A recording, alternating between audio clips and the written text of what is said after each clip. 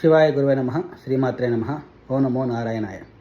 ఈరోజు మనము ఈ వీడియోలో హనుమాన్ చాలీసలోని ఈ శ్లోకాలు చదివితే, అంటే ఏ శ్లోకాలు చదివితే మన కోరికలు కష్టాలు పోయి మన కోరికలన్నీ నెరవేరుతాయో మనము తెలుసుకునే ప్రయత్నం చేద్దాం. సాధారణంగా హనుమాన్ చాలీస అనేది మనం చదువుకోవడం ద్వారా మనకి శక్తి, భక్తి, జ్ఞానము కలుగుతాయని మనకి శాస్త్రాలు చెప్తున్నాయి. హనుమాన్ చాలీసలో మొత్తం 40 చౌపాయిలు ఉన్నాయి. ఒక్కొక్క చౌపాయికి ఒక్కొక్క అర్థం ఉంది. అందులో మనం ఏ శ్లోకాన్ని చదివితే మనకి ఎటువంటి ఫలితం వస్తుందో మనం కొన్ని తెలుసుకునే ప్రయత్నం చేద్దాం.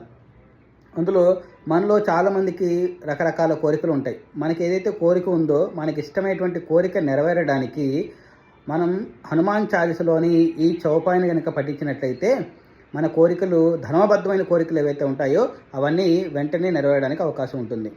ఔర మనోరథ జోకైలావై తాసు అమిత జీవన ఫలపావై.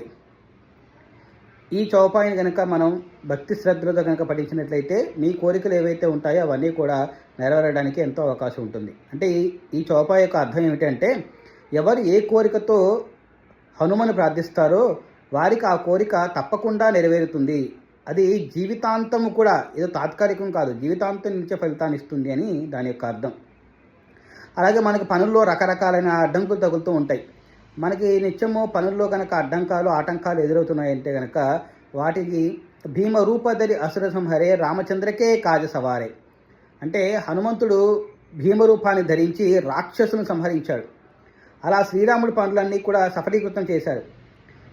ఈ శ్లోకాన్ని మనం జపం చేయడం ద్వారా మన పనిలోని అడ్డంకులన్నీ కూడా తొలగిపోతాయి అని దీని యొక్క భావం అన్నమాట. అందులో మనకి ఏ సంకల్పం చెప్పుకుంటామో ఆ చౌపాయిని లేదా ఆ శ్లోకాన్ని మీరు నియమబద్ధంగా ఒక 21 రోజులు కనుక 108 సార్లు రోజుకు పఠించినట్లయితే తప్పకుండా మన కోరికలన్నీ కూడా నెరవేరేదానికి అవకాశం ఉంటుంది. అలాగే మనలోని భయాన్ని తొలగించడానికి అయితే కనుక భూత పిశాచ నికటనిహ ఆవై మహావీర జపనామ సునావై. హనుమంతుని పేరు వినగానే భూత ప్రేత పిశాచాలు ఏవి కూడా దగ్గరికి రావు. ఆయన పేరులోనే అపారమైన శక్తి ఉంది.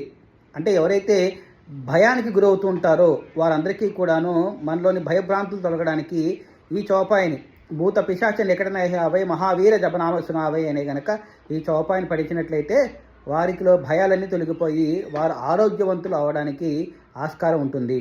కాబట్టి ఇంకా చాలా ఉన్నాయి మనకి, అవి మనం నెక్స్ట్ వీడియోలో చూద్దాము.